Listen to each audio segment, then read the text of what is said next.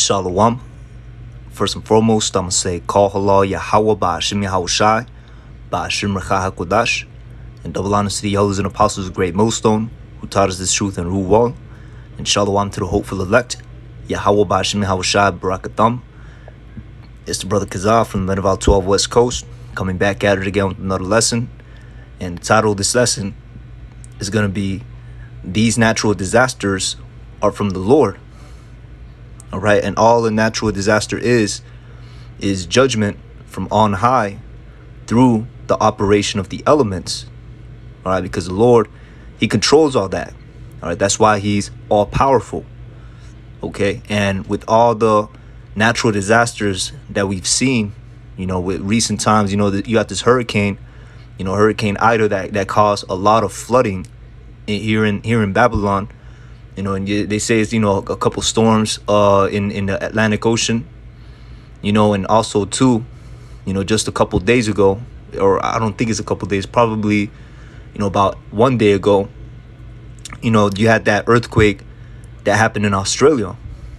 Now spirit, through the spirit, I'm gonna cover this topic, this article, this event where you had a volcano blow up for the first time in 50 years, all right, out there off the coast of Spain in the Canary Islands.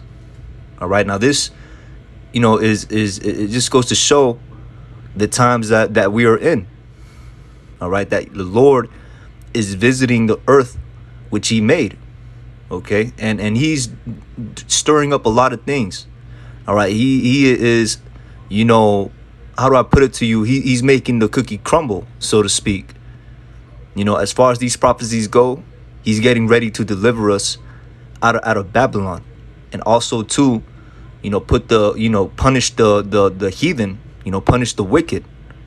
All right, cast this devil out of his ruling seat, as it is written in the book of 2nd Esdras chapter 6 and 9. For Esau is the end of the world, and Jacob is the beginning of it that followeth. All right, and we are in that transition. Okay, and in this transition, the world will know the power of Yahweh Ba'ashim Yahushai, because it's not just going to be things that could be explained away. All right, because you got things like, the uproars of the people. You got things like the wars.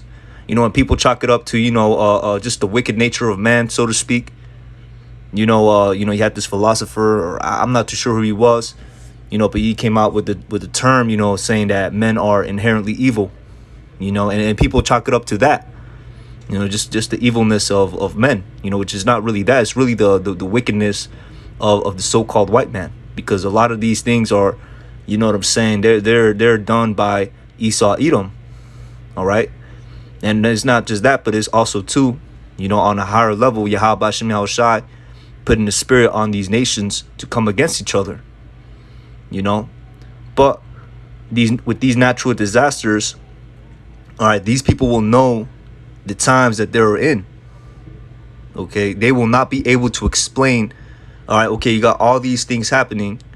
All right, with the the situations with men, with people, right? But now you got the natural disasters. You got how do I put it to you? Volcanoes popping off. You got earthquakes. You got storms. You got the chariots making their appearances more and more. These are things that cannot be explained away. All right, and people will know that the living power is putting forth his judgment upon the world.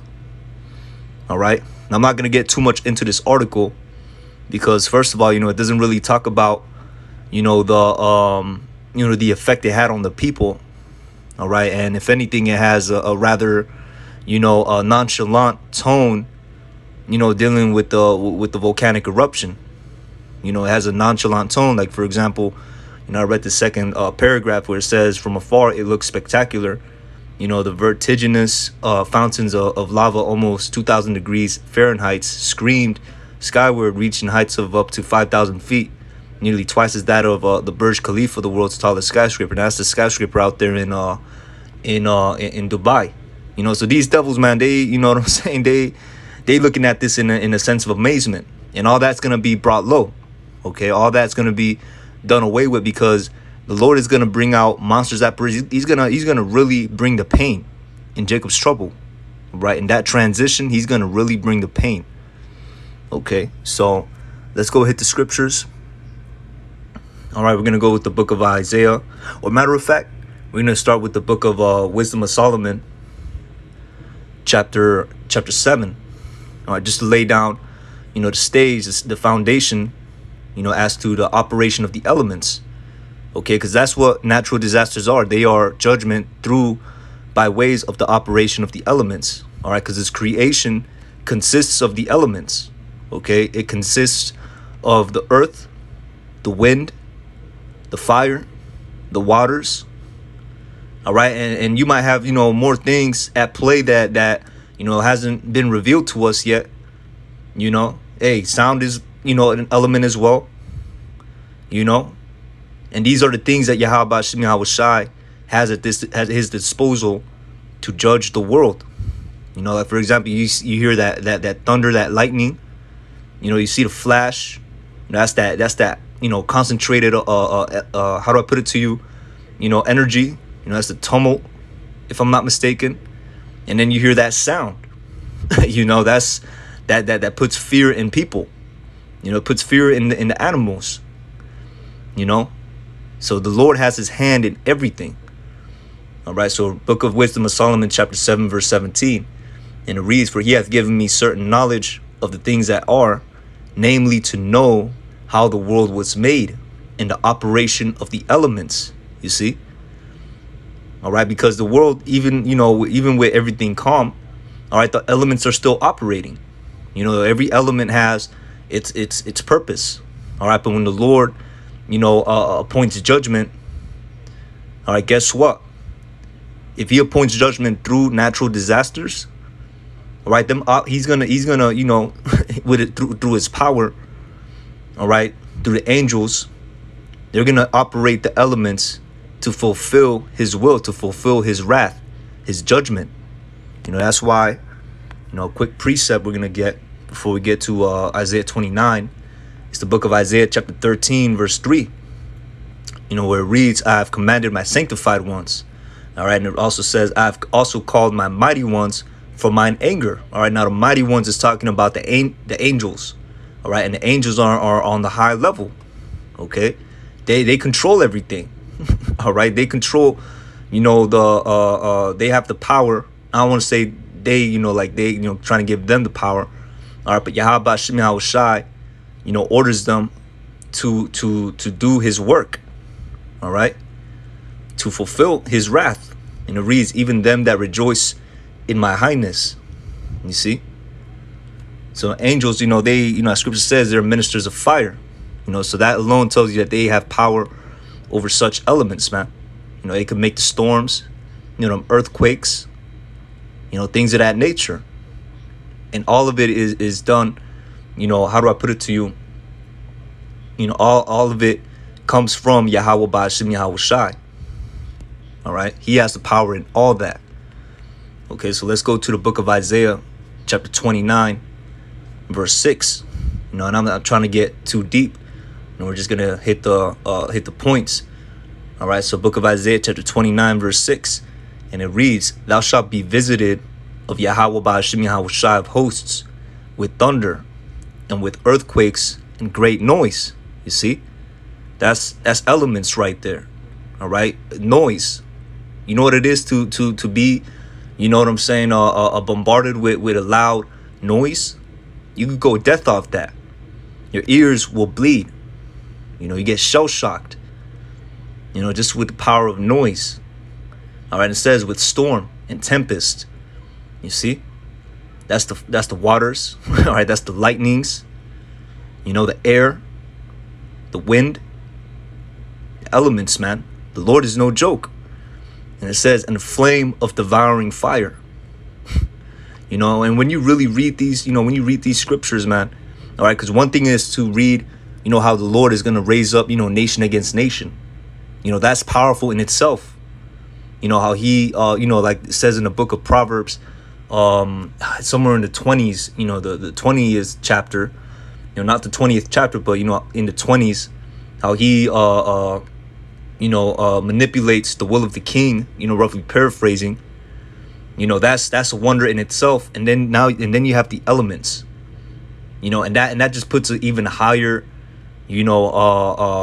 fear, if you will, of Yahweh Hashem Yahushai. It puts the fear of the Lord in a higher understanding, because these are things that we were taught to just be natural.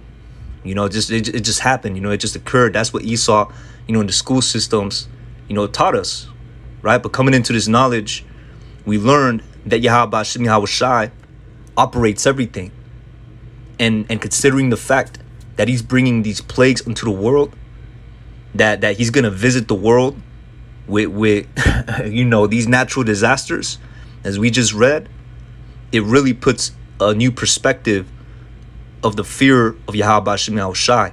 It puts the fear of the Lord in a new perspective. Okay, so let's go to another precept. I was thinking about it. The book of there we go. The book of 2nd Ezra, chapter 9. All right, and that precept alone, even though that's another thing too. Before I get to 2nd Ezra chapter 9, this precept alone, substantiates the volcanic eruptions. Because you gonna have scoffers that'll say, "Oh, well, you won't find volcanoes in the Bible." Well, guess what? First of all, that's somebody that's on the low frequency, thinking that way. Because if you get an earthquake and you combine that with the flame of devouring fire, all right, because that's really what that volcano is, a devouring fire, which we're gonna read in the second article. All right, you get the volcano, man. You see people have a very basic and low frequency type of understanding, and I say that in humility. But I'm just tired of these scoffers, man. Always trying to discredit the scriptures. Always trying to, come up with something to say just to, be deep, sound smart. But at the end of the day, they will all be, how do I put it? They will all be confounded by the signs of the times, by the acts of Yahweh Hashem Yahushai. All right. So with that, we're gonna go to the next precept. The book of 2nd Ezra, chapter 9, and I'm gonna start from the top. All right, and it reads, "He answered me then and said, Measure thou the time diligently in itself." All right, and that's what we do, being on our watchtower, as faithful watchmen of Yahweh Hashem Yahushai, blowing the trumpet. All right, warning our people. That's what we do, measuring the time, because these natural disasters are part of prophecy. Okay. It reads, "And when thou seest part of the signs past, which I have told thee before," all right, because all these things, look, we read that in Isaiah 29. All right, we read that in Isaiah 29. These prophecies are how do I put it to you? They're screaming. They're speaking. They're making themselves manifest. All right, as it is written in Isaiah chapter 55 and 11. So shall his word be that goeth forth out of his mouth. It shall not return unto him void, but it shall accomplish that which he pleases. All right, speaking of the Lord. Okay. So, listen, man. Everything that's written in the prophecies is coming to pass. And guess what? These natural disasters, they're part of it. All right, verse 2. "Then shalt thou understand that it is the very same time wherein the highest will begin to visit the world which he made." Okay, so, hey, man, you see these things, and you see that the Lord is visiting the earth, man. All right, it's being made manifest. All right, you have things that could be explained away by the non-believers. All right, which really, they not a priority anyways. But hey, it's gonna be a real satisfaction to see these non-believers, these faithless people, get confounded by the how do I put it to you? By basically the plagues that the Lord is releasing upon the world, man. By the judgment that Yahweh Hashem Yahushai is releasing upon the world. That's gonna bring real satisfaction to us. us in this knowledge, man. Just seeing them, oh, why is everything happening? Oh my goodness, you got all these things happening. What is that? Things they can't even explain away. I'm gonna continue on verse 3. Therefore, when there shall be seen earthquakes and uproars of the people, you see, and guess what? You got in Australia, you have earthquakes, a 6.0 earthquake that just happened over there. I believe it's in the southern, western part of Australia. I think it's Melbourne. And in the aftermath of that, all right, then you have the uproars of the people. All right, you have a whole bunch of people protesting in Australia just after that earthquake. So that's the scripture, just coming manifesting in itself, man. An example of that, out there. But guess what? All that's going to happen here too. All right, that's going to happen here too. The Lord is saving the best for last. The Lord is saving Babylon for last, man. All right, verse 4. Then thou shalt well understand that the Most High spake of these things from the days that were before thee, even from the beginning. All right, because that's another thing too. This is a movie playing out. All right, and the script has already been written, man. And there is no alternate endings, where what if the character, does this instead of that, and then the movie ends like this. No, this movie is linear.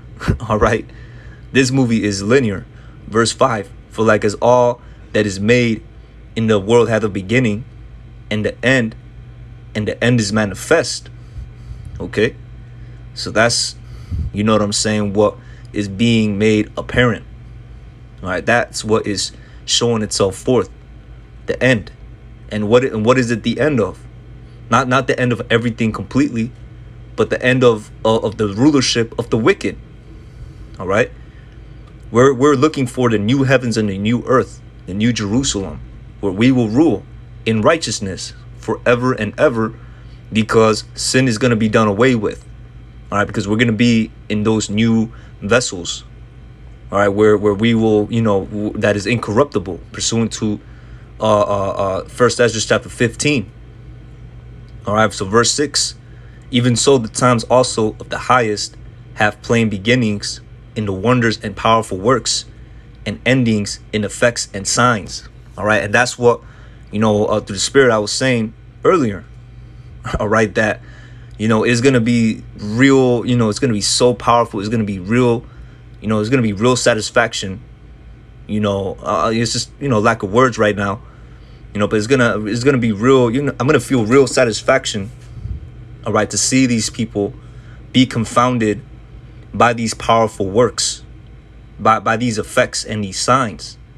All these earthquakes, all these, calamities that happen that they will not be able to explain, supernatural things. You see, you have things that are tangible, so to speak, things that could be explained away. But Yahweh Shemel Shah is about to unleash, a whole levels of judgment that cannot be explained, and that is the natural disasters. All right, that's when people will recognize and know that there is a power and he is angry. Okay, he is angry. All right, and with that, we're going to end it off with the book of Nahum, chapter 1. All right, the book of Nahum, chapter 1 and 2. And it reads, Yahweh is jealous, and Yahweh revengeth. Yahweh revengeth and is furious. You see? And he should be. Look at all the wickedness that is going on in the world, man. With this devil in rulership, man. All right, I saw in the chat earlier today, you got men getting their butts done, man. Straight wickedness. They're getting operated in their bottoms, man. I'm trying to be PC here, not PC, but PG here. The Lord is about to wreck shop, man. All right, and it reads, Yahweh Shemel Shah will take vengeance on his adversaries, and he reserveth wrath for his enemies. All right, and as we read, he got his angels ready to accomplish that which he wants them to accomplish. All right. Verse 3. Yahweh Shemel Shah is slow to anger and great in power, and will not at all acquit the wicked. Yahweh Hashem Yahushai have his way in the whirlwind and in the storm, in the operation of the elements. And the clouds are the dust of his feet. Man. And ultimately, we're going to be able, another thing too, all right, when we get them new bodies, and hey, Lord willing, maybe even sooner, in the day of our visitation, we'll be able to have that power over the elements as well. That's one of the things that I look forward to, being, a hopeful elect. All right. But that's it, on the lesson. Lord willing, it was edifying, it was powerful, put a new perspective, put the fear of Yahweh Hashem Yahushai into a new perspective. So with that, I'm going to say, Call halal Yahweh Ba'Hashem Yahushai, Ba'Hashem Rechah Kodash. Forgive me, Spirit, to do this lesson. I know I didn't get into that second article, but it's all just through the Spirit, man. So with that, I'm going to say Shalom.